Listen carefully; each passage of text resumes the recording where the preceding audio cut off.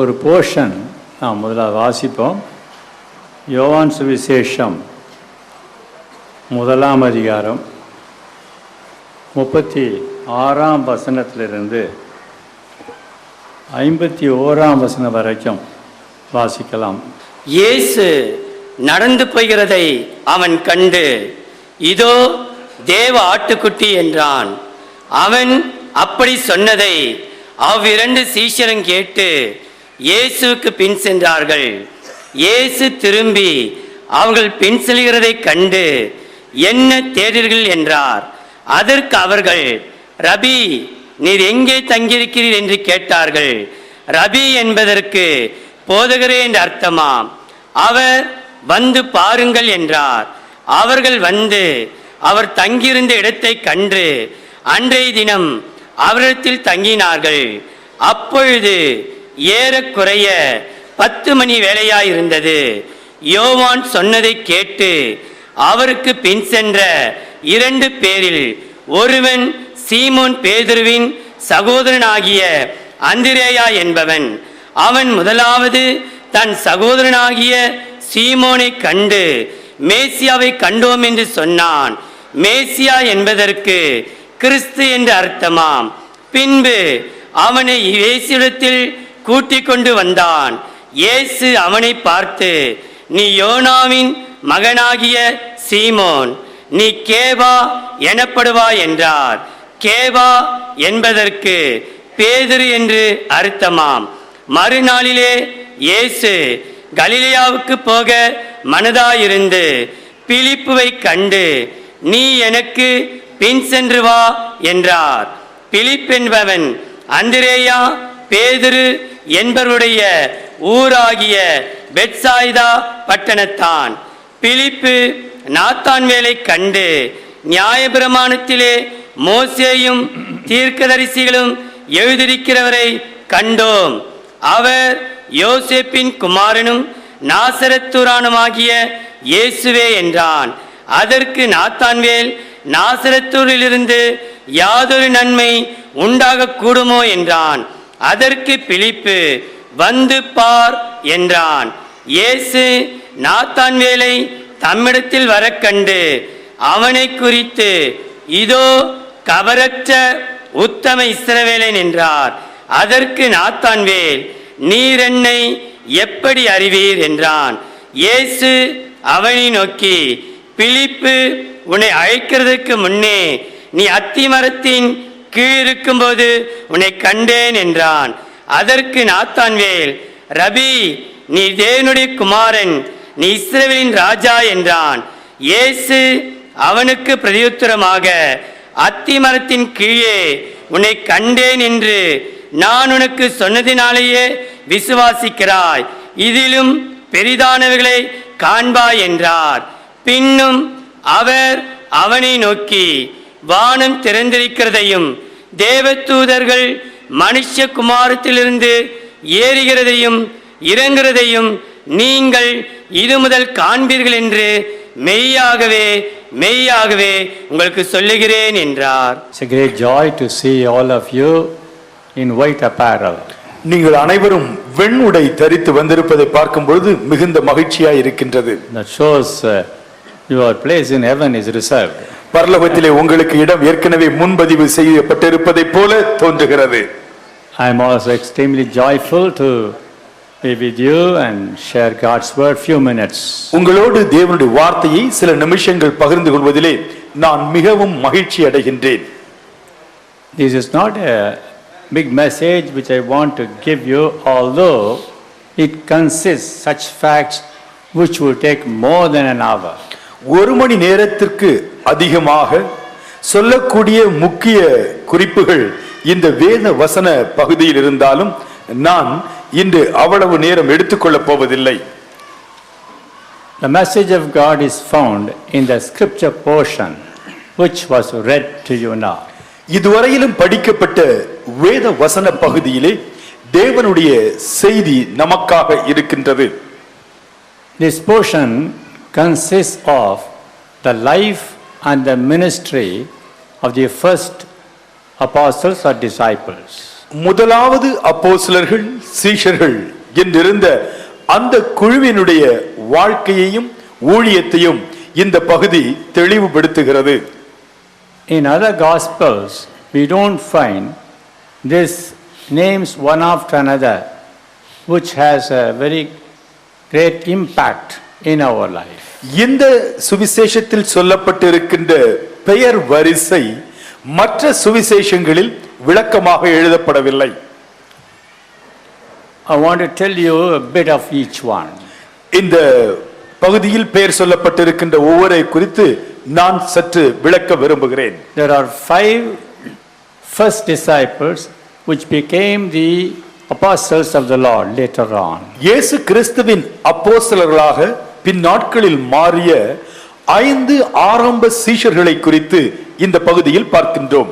One of the names of these 5 is not mentioned. 5 பேரில் ஒருவருடைய பெயர் குறிப்பாக வெளியரங்கமாய் எழுதப்படவில்லை. But it is understood and also the opinion of the scholars, what I want to say. நான் சொல்வது வேதாகம வல்லுநருடைய எண்ணம் மற்றும் இதை படிக்கும் பொழுதே அவர் பெயர் என்ன என்பதை நாம் யூகித்துக் கொள்ள முடியும். Listen, கவனியுங்கள். we see Andrew, அந்திரேயாவை பார்க்கின்றோம், we see John, யோவானை பார்க்கின்றோம், we see Peter, பேதுருவை பார்க்கின்றோம், we see Philip, பிலிப்பை பார்க்கின்றோம், and also Nathaniel. நாத்தான்வேலை பார்க்கின்றோம். You may ask me, we don't find John in this portion. இந்த பட்டியலிலே யோவானின் பெயர் குறிப்பாக எழுதப்படவில்லையே என்று நீங்கள் கேட்கலாம். But one of the 2 disciples of John the Baptist was John the Beloved, which being the opinion of the scholars of the Bible. யோவான் ஸ்நானனுடைய 2 சீஷர்கள் இயேசுவினிடத்தில் வந்தார்கள். அவர்களில் ஒருவர் யோவான், இந்த சுவிசேஷத்தை எழுதியவர் அவர்தான் என்று வேதாகம வல்லுநர்கள் தெளிவாக சொல்கிறார்கள். And also another fact for you, the Bible scholars say it's also true that the name Nathaniel is only Bartholomew. Nathanael என்பது பத்லேமேயு தான், அவருடைய பெயர் தான் இங்கே நாத்தான்வேல் என்று எழுதப்பட்டிருக்கிறது என்று வேதாகம வல்லுநர்கள் சொல்லுகிறார்கள். அதுவும் உண்மையே. These 5 individuals who happen to be the first disciples have special experiences with Jesus. ஆண்டவர் இயேசுவோடு கூட இந்த 5 ஆரம்ப சீஷர்கள் ஒரு விசேஷித்த உறவு கொண்டிருந்தார்கள். Andrew speaks of divine visitation. அந்திரேயா தெய்வீக சந்திப்பை எடுத்து காட்டுகின்றார். John tells divine association. யோவான் தெய்வத்தோடு இருக்கக்கூடிய இணைப்பை காட்டுகின்றார். Peter for divine commendation. பேதுரு தேவனுடைய பாராட்டுதலுக்கு அடையாளமாய் இருக்கின்றார். Philip divine invitation. பிலிப்பு தெய்வீக அழைப்பிற்கு அடையாளமாக இருக்கின்றார். And Nathaniel stands for divine revelation. Nathanael தெய்வீக வெளிப்படுத்தலுக்கு அடையாளமாக இருக்கின்றார். Beautiful. அழகாக இருக்கின்றது. Visitation, சந்திப்பு, association, இணைப்பு, commendation, பாராட்டுதல், invitation, அழைப்பு, revelation. வெளிப்படுத்தல். Raise your hand and say hallelujah. கரங்களை உயர்த்தி ஹalleluya சொல்லுவோம். ஹalleluya. Each individual is so great that we can take much time and speak. ஒவ்வொரு தனிநபருடைய அனுபவமும் ஆச்சரியமானது. அதை நாம் மிகுந்த நேரம் எடுத்து தியானிக்க முடியும். I'll cut short my message. நான் செய்தியை துரிதமாய் சொல்லுகின்றேன். Andrew stands for divine visitation. அந்திரேயா தெய்வீக அழைப்பிற்கு அடையாளமாக இருக்கின்றார். The context says that 2 of the disciples of John the Baptist who heard John speaking, "Behold the Lamb of God," followed Jesus. இதோ தேவ ஆட்டுக்குட்டி என்று யோவான் ஸ்நானன் இயேசுவை பார்த்து சொல்லும் பொழுது 2 சீஷர்கள் யோவான் ஸ்நானனை விட்டு இயேசுவை பின்தொடர்ந்தார்கள். Andrew name comes first. முதலாவது அந்திரேயாவினுடைய பெயர் சொல்லப்பட்டிருக்கிறது. I think, this is my opinion, Andrew was the first disciple whom Jesus called. என்னுடைய கருத்து என்னவென்றால் இயேசு அழைத்த முதல் சீஷன் அந்திரேயா. He was a brother of Peter. பேதுருவினுடைய சகோதரன் அந்திரேயா. The other disciple is John. Probably didn't want to show himself, and with all humility he didn't bring out his name. அடுத்த சீஷன் யோவான். அந்த நாட்களிலே பொதுவாக நிருபங்களை எழுதுகிறவர்கள் தங்களை தாழ்த்தி தங்கள் பெயரை வெளிப்படையாய் எழுதுகின்ற பழக்கம் இல்லை. Praise God. ஆண்டவருக்கு ஸ்தோத்திரம். Andrew speaks for divine visitation. அந்திரேயா தெய்வீக சந்திப்பிற்கு அடையாளமாக இருக்கின்றார். You may ask me, how do you say that? எப்படி இதை சொல்லுகிறீர்கள் என்று நீங்கள் கேட்கலாம். 2 disciples of John the Baptist were staying with Jesus that night.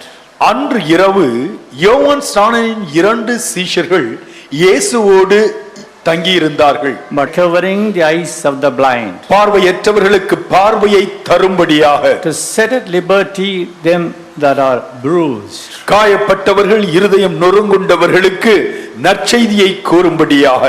This is a life of the anointed one. அபிஷேகிக்கப்பட்ட ஒருவருடைய வாழ்க்கை இப்படிப்பட்ட விளைவுகளை உண்டாக்கும். Andrew intimately moved with the Lord Jesus. ஆண்டவர் இயேசு கிறிஸ்துவோடு அந்திரேயா மிக நெருக்கமாய் பழகினார். The decision that you should take today, myself also, is to spend much time with Jesus. நீங்களும் நானும் இன்று எடுக்க வேண்டிய தீர்மானம் என்னவென்றால் இயேசு கிறிஸ்துவோடு கூட அதிக நேரத்தை தனியாய் செலவு செய்ய வேண்டும்.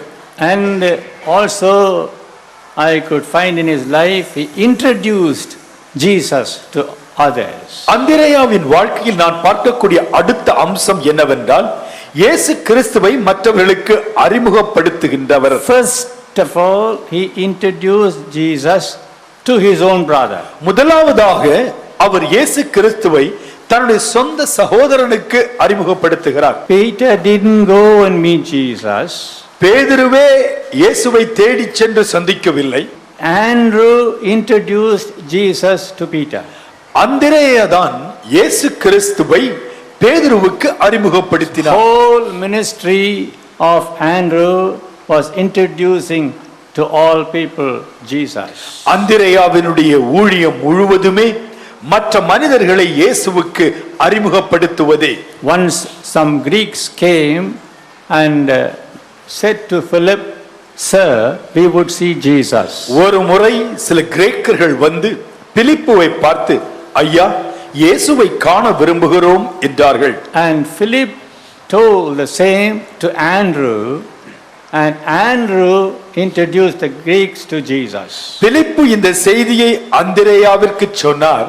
அந்திரேயா அந்த கிரேக்கர்களை இயேசு கிறிஸ்துவுக்கு அறிமுகப்படுத்தினார். This incident is found in John's Gospel, 12th chapter. யோவான் எழுதிய இயேசுவின் சுவிசேஷம் 12ஆம் அதிகாரத்தில் இதை நாம் பார்க்கின்றோம். And again, when the multitude of the people were with Jesus without eating, it was Andrew who introduced the lad who had 5 loaves and 2 fishes in hand. இயேசு கிறிஸ்துவின் பிரசங்கத்தை கேட்க திரளான ஜனங்கள் கூடிவிட்டார்கள். அவர்களுக்கு இயேசு உணவு கொடுக்க விரும்பிய பொழுது ஒரு சிறுவனுடைய கரத்தில் இருக்கக்கூடிய 5 அப்பங்கள் 2 மீனை இயேசு கிறிஸ்துவுக்கு அறிமுகப்படுத்தியவர் அந்திரேயா. Do you see that? அதை நீங்கள் புரிந்து கொண்டீர்களா? His ministry is always introducing somebody to Jesus. எப்பொழுதும் மற்றவர்களை இயேசுவுக்கு அறிமுகப்படுத்துவதே அந்திரேயாவின் ஊழியம். Peter and also Greeks and the small lad also to Jesus. ஆரம்பத்தில் சகோதரனாகிய பேதுவை அறிமுகப்படுத்தினார். பின் நாட்களில் தேடி வந்த கிரேக்கர்களை அறிமுகப்படுத்தினார். அது மட்டுமல்ல, முக்கிய தலைவர்களை மட்டும் அறிந்திருப்பவர் அல்ல அவர், சிறு பையனையும் அறிந்து அவன் கையில் இருப்பதையும் அறிந்து இயேசுவுக்கு அறிமுகப்படுத்துகிறவர். Will you decide also this fact from his life? I will introduce Jesus to everybody. என்று உங்கள் வாழ்க்கையிலே நீங்கள் ஒரு தீர்மானம் செய்ய வேண்டும். மற்றவர்களை இயேசுவுக்கு அறிமுகப்படுத்துவதை என் வாழ்க்கையின் முக்கிய சேவையாய் நான் கொண்டிருப்பேன். Tradition says he went to Greece. கிரீஸுக்கு அவர் ஊழியராக சென்றார் என்று பாரம்பரிய சரித்திரம் சொல்கிறது. He ministered also in Macedonia. அவர் மக்கதோனியாவிலும் ஊழியம் செய்தார். And he led the wife of the ruler to Jesus Christ. அங்கிருந்த ஆளுநருடைய மனைவியை அவர் இயேசுவுக்கு வழி நடத்தினார். People were annoyed with Andrew. அந்திரேயாவின் மீது மற்றவர்கள் கடும் கோபம் கொண்டார்கள். And they crucified Andrew, tied Andrew on the X-shaped cross. X என்ற வடிவத்தில் இருக்கக்கூடிய சிலுவையிலே அவர்கள் அந்திரேயாவை கட்டி கொண்டார்கள். 2 days he was hanging on the cross. 2 நாட்கள் அவர் அந்த எக்ஸ் ஷேப் சிலுவையிலே தொங்கினவராக இருந்தார். And all the time of 2 days he was introducing people to Jesus. அந்த 2 நாளிலும் அவரை வேடிக்கை பார்க்க வந்த மக்கள் எல்லாருக்கும் அவர் இயேசுவை அறிமுகப்படுத்திக் கொண்டே இருந்தார். Finally he died. இறுதியாக அவர் மரித்தார். Brother, சகோதரனே, sister, சகோதரியே, let us learn this lesson from Andrew. அந்திரேயாவினிடத்திலிருந்து இந்த நல்ல பாடத்தை நாம் கற்றுக்கொள்வோம். What would he say now? அவர் இப்பொழுது என்ன சொல்வார்? I can't forget the visitation of the Lord in my life when I spent time with him. ஒரு நாள் இயேசுவை சந்தித்து அவரோடு நான் நேரம் செலவழித்தேன். அன்று முதல் என் வாழ்க்கையே மாறிவிட்டது. Glory to God. தேவனுக்கு மகிமை உண்டாவதாக. I go to the second character. இரண்டாவது பாத்திரத்திற்கு நான் சொல்ல விரும்புகிறேன். We are not reading his name in this portion. இந்த நபருடைய பெயரை இந்த வசனத்தில் குறிப்பாக எழுதப்பட்டு நாம் படிக்கவில்லை. Maybe that he wanted to humble himself and didn't want to speak out his own name. அவர் தம்மை தாழ்த்தினபடியினால் தன்னுடைய பெயரை இந்த பகுதியில் எழுதாமல் விட்டிருக்கலாம். He wrote 1 John, 2 John, 3 John, Revelation. 1 யோவான், 2 யோவான், 3 யோவான், வெளிப்படுத்தின விசேஷம் என்ற புத்தகங்களையும் இவரே எழுதினார். Also the gospel according to John. யோவான் எழுதிய இயேசுவின் சுவிசேஷத்தையும் இவரே எழுதினார். The thought about him is divine association. இங்கே சொல்லப்பட்டிருப்பது என்னவென்றால் தெய்வத்தோடு இருக்கின்ற இணைப்பு. Why do I say that? நான் ஏன் இப்படி சொல்லுகின்றேன்? He is a disciple apostle known as the one who was leaning on the bosom of Jesus. இயேசு கிறிஸ்துவினுடைய திருமார்பில் சாய்ந்திருந்த சீஷன் என்று இந்த சீஷனுக்கு ஒரு பெயர் உண்டு. In my humble opinion, என்னுடைய தாழ்மையான கருத்தின்படி he was loved by Jesus and he lived for Jesus. இயேசு கிறிஸ்துவினால் அவர் அன்பு கூறப்பட்டார். அவர் இயேசு கிறிஸ்துவுக்காகவே வாழ்ந்தார். Not all the apostles had these unique experience. எல்லா அப்போஸ்தலர்களுக்கும் இந்த தனித்தன்மை வாய்ந்த அனுபவம் இல்லை. He was leaning on the bosom of Jesus, இயேசு கிறிஸ்துவின் திரு மார்பில் அவர் சாய்ந்திருந்தார். inquiring him who would be that person among us to betray you. உம்மை காட்டிக் கொடுக்க போகிற மனுஷன் யார் என்கின்ற ரகசியத்தை நேரடியாய் கேட்டவர். Not all others could say, but only John. மற்றவர்களெல்லாம் அவரிடத்தில் நெருங்கி அந்த கடினமான கேள்வியை கேட்க முடியாது. யோவான் மட்டுமே கேட்டார். Because he was loved by Jesus. இயேசுவினால் அதிகமாய் அன்பு கூறப்பட்டவர். He was the disciple who stood by the side of the cross when Jesus was crucified. இயேசு கிறிஸ்து சிலுவையில் அறையப்பட்ட பொழுது அந்த சிலுவையின் அருகே நின்ற சீஷன் இவரே. And also after the resurrection of Jesus, இயேசு கிறிஸ்துவினுடைய உயிர்த்தெழுதலுக்கு பிறகு Jesus stood at the Sea of Tiberias. திபேரிய கடற்கரையின் ஓரத்திலே இயேசு நின்று கொண்டிருந்தார். And speaking to the disciples, saying, children, have you got any meat? பிள்ளைகளே, உங்களிடத்தில் ஏதாகிலும் மாம்சம் உண்டா, இறைச்சி உண்டா என்று கேட்டார். In the conversation, while the conversation going on, it was John who said, "It is Lord." அவர் அந்த சீஷர்களோடு பேசுகிறார். சீஷர்கள் அவரை பார்க்கிறார்கள். அந்த நேரத்திலே ஆண்டவர் இயேசு என்று கரையில் அமர்ந்தவரை அடையாளம் காட்டியவர் யோவான். All this was because he was loved by Jesus. இயேசுவினால் அன்பு கூறப்பட்டபடியினால் இந்த அற்புத அனுபவங்கள் எல்லாம் இவருக்கு கிடைத்தது. Peter didn't say, James didn't say, but John said it. பேதுரு அப்படி சொல்லவில்லை, யாக்கோபு அப்படி சொல்லவில்லை. இந்த அன்போடு அழைக்கிறவர் நம் ஆண்டவர் இயேசு என்று தெளிவாக யோவான் சொல்லிவிட்டார். Again, I should say he lived for Jesus. இயேசுவுக்காக யோவான் வாழ்ந்தார் என்று நான் சொல்லுவேன். He was only one person who was not killed as a martyr. ஒரு இரத்த சாட்சியாக கொடூர மரணத்திற்குள்ளாக தள்ளப்படாத ஒரு சீஷர் யோவானே. Almost all others were martyrs for Jesus. மற்ற எல்லா சீஷர்களும் இயேசுவுக்காக இரத்த சாட்சியாக மரித்தார்கள். When I say he lived for Jesus, it is because of the writing of John.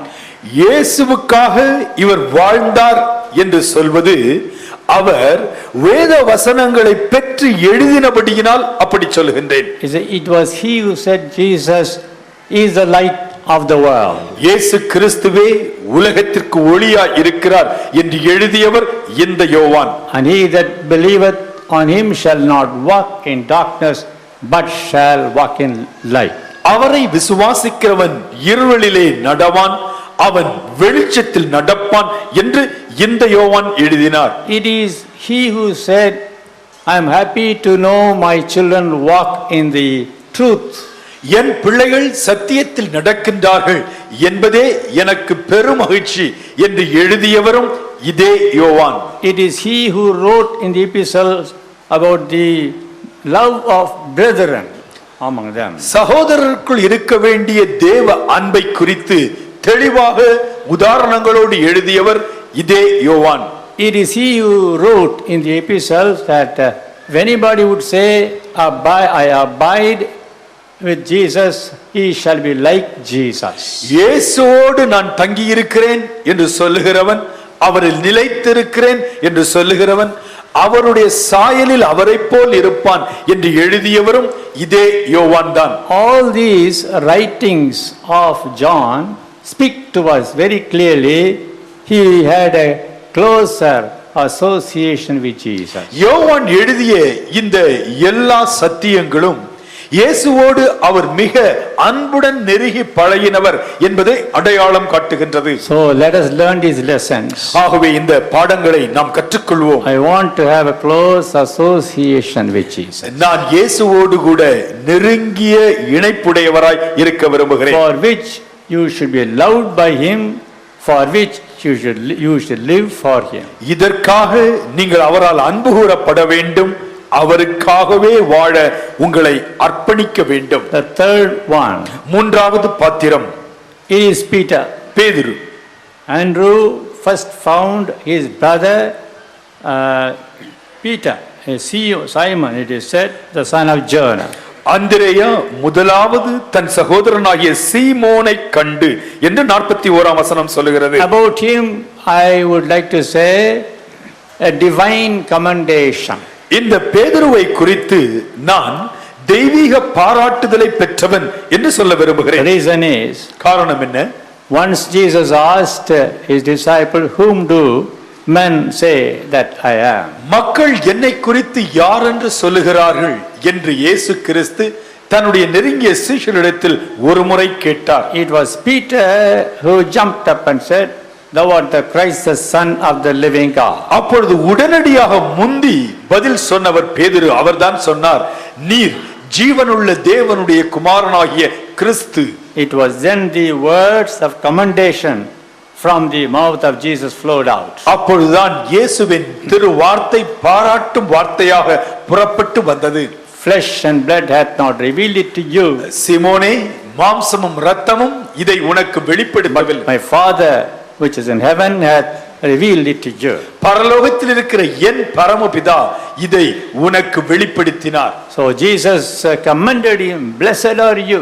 இயேசு அவனை பார்த்து நீர் ஆசீர்வதிக்கப்பட்டவன் என்று சொன்னார். Not any other disciple had this privilege of divine commendation. இப்படிப்பட்ட தெய்வீக பாராட்டுதலை பெற்றுக்கொள்ளக்கூடிய பாக்கியம் வேறு எந்த சீஷருக்கும் கிடைக்கவில்லை. It teaches a lesson for us. அது நமக்கு ஒரு பாடத்தை கற்றுக் கொடுக்கின்றது. It's not just leading a Christian life or a life of ministry, but we should get the commendation from him. நானும் கிறிஸ்தவனாய் வாழ்கிறேன், நானும் ஊழியக்காரி என்று சொல்லிக் கொண்டிருப்பதல்ல, பரலோகத்தின் தேவன் நம்மை பாராட்ட வேண்டும். Blessed are you so and so, so and so. உங்கள் பெயரை சொல்லி அவர் சொல்ல வேண்டும், மகனே நீ ஆசீர்வதிக்கப்பட்டவன், மகளே நீ ஆசீர்வதிக்கப்பட்டவள் என்று பரம தேவன் சொல்ல வேண்டும். And I believe நான் விசுவாசிக்கிறேன். his ministry was a pastoral ministry and it was a powerful ministry. பேதுருவினுடைய ஊழியம் ஒரு மேய்ப்பனின் ஊழியம், வல்லமையான ஊழியம். You may say, where did he conduct the church to say that he was pastoral ministry?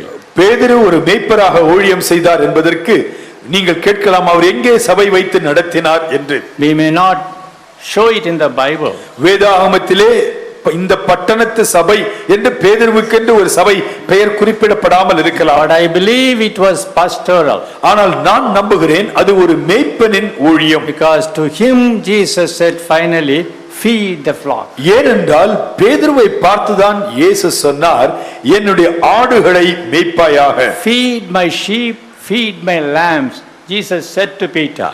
என் ஆடுகளை மேய்ப்பாயாக, என் ஆட்டுக்குட்டிகளை மேய்ப்பாயாக என்று இயேசு பேதுருவை பார்த்து சொன்னார். Feeding the flock is pastoral ministry. ஆடுகளை மேய்ப்பது என்பது மேய்ப்பனின் ஊழியம். And when Peter wrote his epistle in the 1 Peter 5th chapter, first 1 or 2 verses, you find the qualification of a shepherd.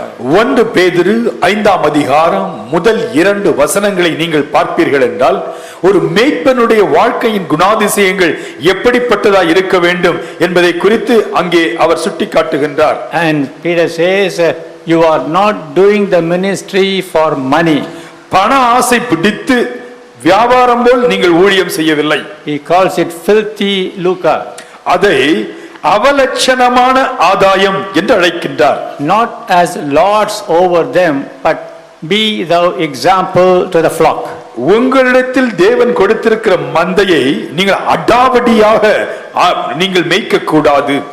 You can read that afterwards. பின்பு அதை நீங்கள் படித்து பாருங்கள். 1 Peter 5th chapter 1 or 2 verses. 1 பேதுரு 5ஆம் அதிகாரம் சொல்லுகிறது, தேவன் கொடுத்த மந்தையாகிய சுதந்திரத்தை இருமாப்பாய் ஆளுகை செய்யக்கூடாது. And so he must have been a pastor or having pastoral ministry.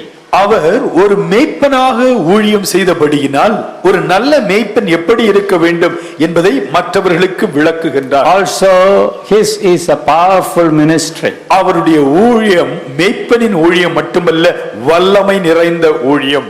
Because of chapter 2, 3, 4, 5, 8 and 10 of Acts of the Apostles reveal that. அப்போஸ்தலர் நடபடிகள் 2ஆம் அதிகாரம் 5, 8 மற்றும் பல அதிகாரங்கள் அவருடைய ஊழியத்தின் தன்மையை அழகாக விளக்குகின்றது. It was he who opened the door of the gospel to the Jews and to the Gentiles. யூதர்களுக்கும் யூதர் அல்லாத மக்களுக்கும் இயேசு கிறிஸ்துவினால் வரக்கூடிய பாக்கியத்தை குறித்து அந்த திறவுகோலாக செயல்பட்டவர் பேதுருவே. Holy Spirit was poured on the first time, chapter 2.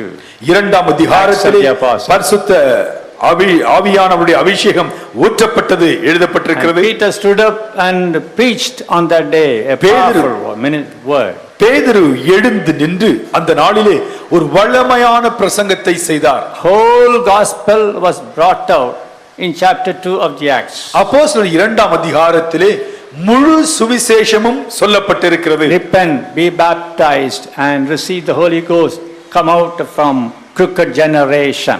மனம் திரும்புங்கள், ஞானஸ்நானம் எடுங்கள், நீங்கள் மாயையான இந்த பொல்லாத சந்ததியை விட்டு விலகுங்கள், பரிசுத்தாவியை பெற்றுக்கொள்ளுங்கள் என்று தெளிவாக சொன்னார். Acts 3 also was a miracle through the hand of Peter. அப்போஸ்தலர் 3ஆம் அதிகாரத்திலே பேதுருவின் கரங்களினால் நடந்த அற்புதத்தை பார்க்கின்றோம்.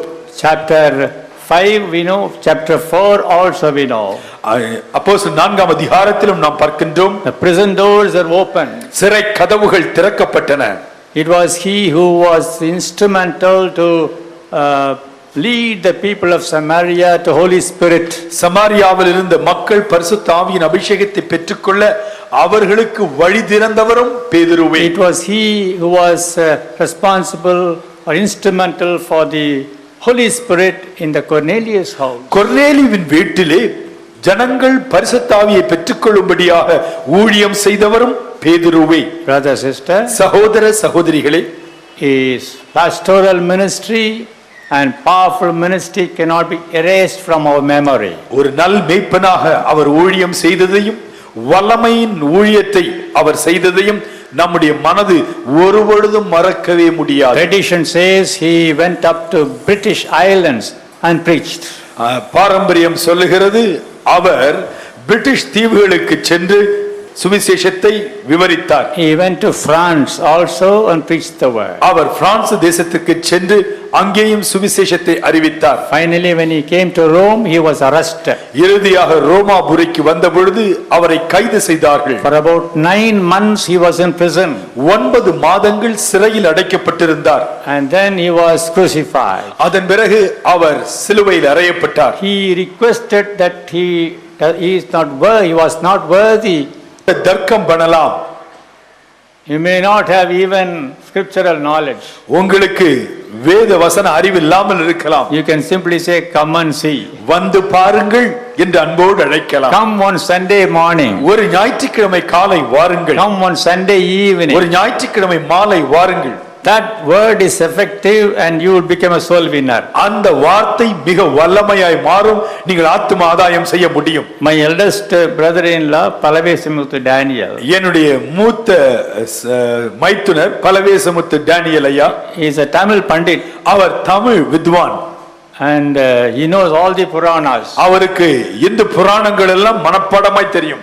And he used to argue with my elder brother. என்னுடைய மூத்த அண்ணனோடு அவர் தர்க்கம் பண்ணுவார். Oh, this is in our literature, this is in our Purana. எங்கள் புராணத்தில் இதெல்லாம் இருக்கிறது என்று சொல்லுவார். Why do you speak about Jesus? இயேசு மட்டும்தான் பெரிய அவதாரம் என்று ஏன் சொல்கிறீர்கள்? My elder brother could not argue with him. என்னுடைய மூத்த அண்ணன் அவரோடு தர்க்கம் பண்ண முடியவில்லை. Only one word he said. அவர் ஒரே ஒரு வார்த்தை சொன்னார். Athan, come and see. அத்தான் வந்து பாருங்கள். This is all he said. அவ்வளவுதான் சொன்னார். The church was at 48 Bricklin Road at that அப்பொழுது time. நம்முடைய திருச்சபை 48 பிரிக்லின் ரோட்ல இருந்தது. Come and see one. ஒரு நாள் வந்து பாருங்கள். He came once. ஒரு முறை அந்த தமிழ் பண்டிதர் வந்தார். He was attracted. அவர் ஆண்டவரால் கவரப்பட்டார். Second time he came. இரண்டாவது முறை வந்தார். Third time he came. மூன்றாவது முறையும் வந்தார். He took baptism. அவர் ஆண்டவரை ஏற்றுக்கொண்டு ஞானஸ்நானம் பெற்றார். Glory be to God. தேவனுக்கு மகிமை உண்டாவதாக. What was the technique? What was the gift? அவரிடத்தில் இருந்த வரம் என்ன? அவர் என்ன யுக்தியை பயன்படுத்தினார்? Come and see. வந்து பாருங்கள். Come and see. வந்து If you பாருங்கள். can follow that formula, come and see, and that is enough. வந்து பாருங்கள் என்ற யுக்தியை பயன்படுத்துங்கள், வருகிறவர்கள் இயேசுவை பார்ப்பார்கள். Philip's ministry is extraordinary. பிலிப்பினுடைய ஊழியம் ஆச்சரியமான ஊழியம். Tradition says பாரம்பரியம் சொல்லுகிறது he ministered in the southern side of Russia. அவர் ரஷ்ய தேசத்தினுடைய தென் பகுதிகளில் ஊழியம் செய்தார். Then he came to Asia Minor. அவர் சின்ன ஆசியா பகுதிக்கு வந்தார். Glory to God. தேவனுக்கு மகிமை உண்டாவதாக. In the Bible you find a word Hierapoli in Tamil. ஏராப்போலி என்று தமிழிலே ஒரு இடத்தை குறித்து சொல்லப்பட்டிருக்கிறது. Last place of ministry of Philip was that. பிலிப்பு கடைசியாக ஊழியம் செய்த இடம் ஏராப்போலி. And the people were worshipping a big serpent. அங்கே ஒரு பெரிய பாம்பை அங்க ஊர் ஜனங்கள் கும்பிட்டுக் கொண்டிருந்தார்கள். Philip was observing that. பிலிப்பு அதை கண்டார். Then he just touched forth his hand and cursed that snake. அவர் தன் கரத்தை நீட்டி அந்த பாம்பை சபித்தார். Disappear, he said. மறைந்து போ என்றார். Immediately the snake came out of the altar, உடனடியாக அந்த பலிபீடத்திலிருந்து இந்த பாம்பு வெளியே வந்தது. vomited all the poison everywhere. எல்லா விஷத்தையும் வாந்தி எடுத்தது போல் கொட்டியது. Many people died. அநேகர் மரித்தார்கள். One of them was the son of the ruler there. அவர்களிலே ஒருவர் அந்த பட்டணத்தின் அதிபதியின் மகன். Then Philip raised him up. மரித்த அந்த மகனை பிலிப்பு உயிரோடு எழுப்பினார். All people were wondering. அத்தனை பேரும் ஆச்சரியப்பட்டு பிரமித்தார்கள். The priests of the snake were angry. அந்த பாம்பை வைத்து வயிற்று பிழப்பு நடத்தி கொண்டிருந்த ஆசாரியர்கள் கோபப்பட்டார்கள். They caught him, tied him to a cross. உடனே பிலிப்பை ஒரு சிலுவையில் கட்டினார்கள். And they killed him, actually by throwing stones on him. கற்களை வீசியே கொன்று போட்டார்கள். Oh, too worse incident it was to look at. உண்மையிலேயே அது உள்ளத்தை உருக்கும் ஒரு சம்பவம். Holy Spirit is speaking to you. பரிசுத்த ஆவியானவர் உங்களோடு பேசுகிறார். If you should be like Philip, நீங்கள் பிலிப்புவை போல இருக்க வேண்டும் என்றால் you should have a scriptural wisdom. உங்களுக்கு வேத வசன அறிவு வேண்டும். You should also be a soul winning work.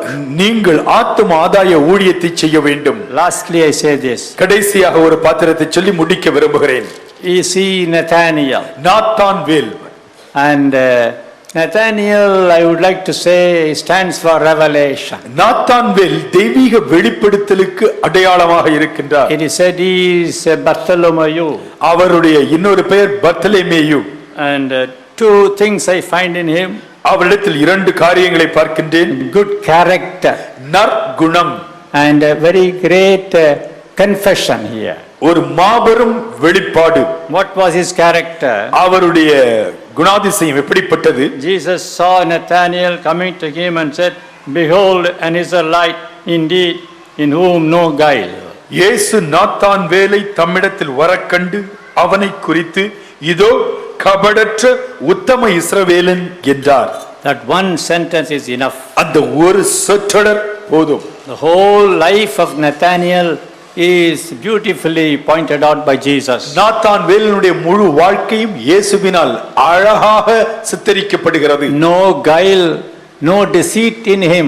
கபடற்ற Uttama இஸ்ரவேலன். A servant of God should be like that. ஒரு தேவனுடைய ஊழியர் இப்படித்தான் இருக்க வேண்டும். Should not have something else in the heart showing out something else. உள்ளத்தில் ஒன்றை வைத்துக் கொண்டு முகத்தில் மாறுவேடம் போடக்கூடாது. They may say, "Brother, how are you?" shaking hand. சகோதரரே எப்படி இருக்கிறீர்கள் என்று உள்ளம் குளிர்ந்தது போல் கை But குலுக்குவார்கள். in the heart of God there is sword in it. ஆனால் கை கொடுத்து கொண்டிருக்கும் பொழுதே உள்ளத்திலிருந்து ஒரு கத்தி வெளியே வரும். Nathanael was an Israelite in whom there was no guile. Nathanael கபடற்ற உத்தம இஸ்ரவேலன்.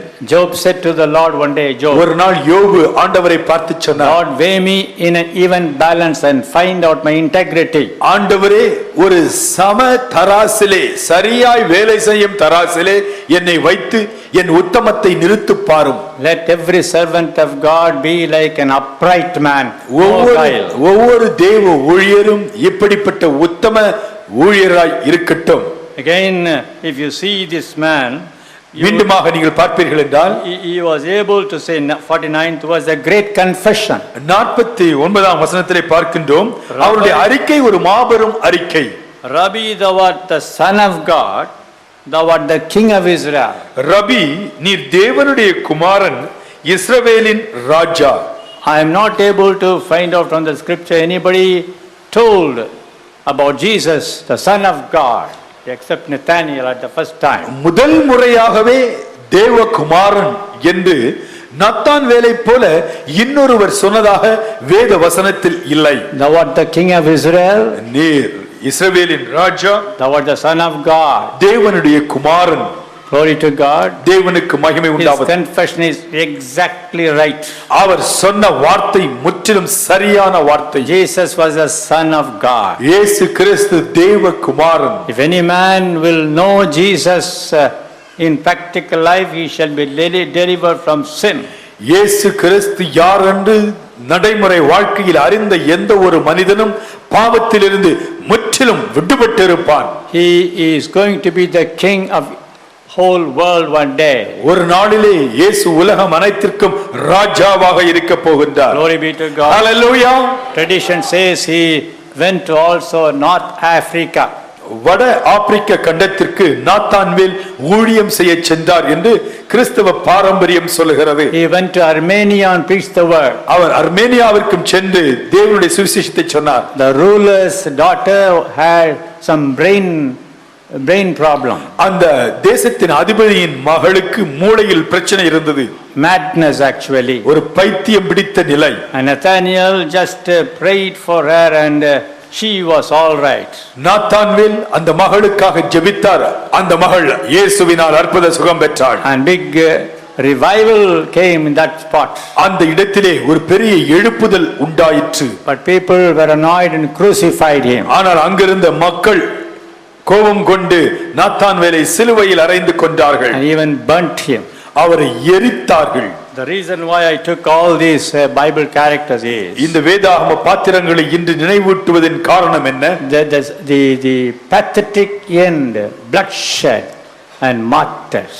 இந்த இயேசுவின் சீஷர்களுடைய வீர மரணம், தியாக அன்பு, ஆச்சரியமான அவர்களுடைய இரத்த சாட்சி உள்ளத்தை தொடட்டும். Spirit of God speaks to you today. கர்த்தருடைய ஆவியானவர் உங்களோடு பேசுகிறார். I want to conclude. I don't want to much time. நான் அதிக நேரம் எடுக்க விரும்பவில்லை, முடிக்க விரும்புகிறேன். Let us follow these 5 Bible characters. இந்த 5 வேதாகம பாத்திரங்களை முன் உதாரணமாய் வைத்துக் கொள்வோம். Andrew, அந்திரேயா, the visitation of God. அந்திரேயா தேவனுடைய சந்திப்பிற்கு அடையாளமாய் இருக்கின்றார். John, யோவான், the association with Jesus. தேவனோடு தேவகுமாரனோடு இருந்த அன்பின் இணைப்பிற்கு அடையாளமாய் இருக்கிறார். Peter, பேதுரு, the commendation which he received from the Lord Jesus. ஆண்டவரிடத்திலிருந்து பெற்ற பாராட்டுதலின் வாழ்க்கைக்கு அடையாளமாய் இருக்கின்றார். Philip, Philip, invitation, he invited and he was invited. அவரை முதலாவது இயேசு அன்போடு அழைத்தார். அதன் பிறகு மற்றவர்களை அழைக்கிறவராக பிலிப்பு மாறினார். Nathaniel stands for revelation. Nathanael வெளிப்படுத்தலுக்கு அடையாளமாக இருக்கிறார். Rabbi, thou art the son of the living God. ரபி, நீர் ஜீவனுள்ள தேவனுடைய குமாரன். Thou art the king of Israel. நீரே இஸ்ரவேலின் ராஜா. Let us possess all the qualities of these great servants of God. இந்த மாபெரும் தேவ ஊழியர்களுடைய வாழ்க்கையிலே தேவன் கொடுத்த அந்த நற்குணங்கள் நம்முடைய வாழ்க்கையிலும் தேவனால் அருளப்படுவதாக. Supposing we should die as a martyr in this world, ஒருவேளை இந்த உலகத்திலே நாம் இரத்த சாட்சிகளாய் மரிக்க வேண்டும் என்றால் don't fear. பயப்பட வேண்டாம். I speak specially to the North Indian workers here. குறிப்பாக வட இந்திய ஊழியர்களுக்காக நான் பேச விரும்புகிறேன். The ministry in North India is little tough. வட இந்திய பகுதியிலே செய்கிற ஊழியங்கள் கடினமான ஊழியங்கள். Life is exposed to danger. எந்த நேரத்திலும் ஜீவனுக்கு எதுவும் நடக்கலாம். Exposed to death.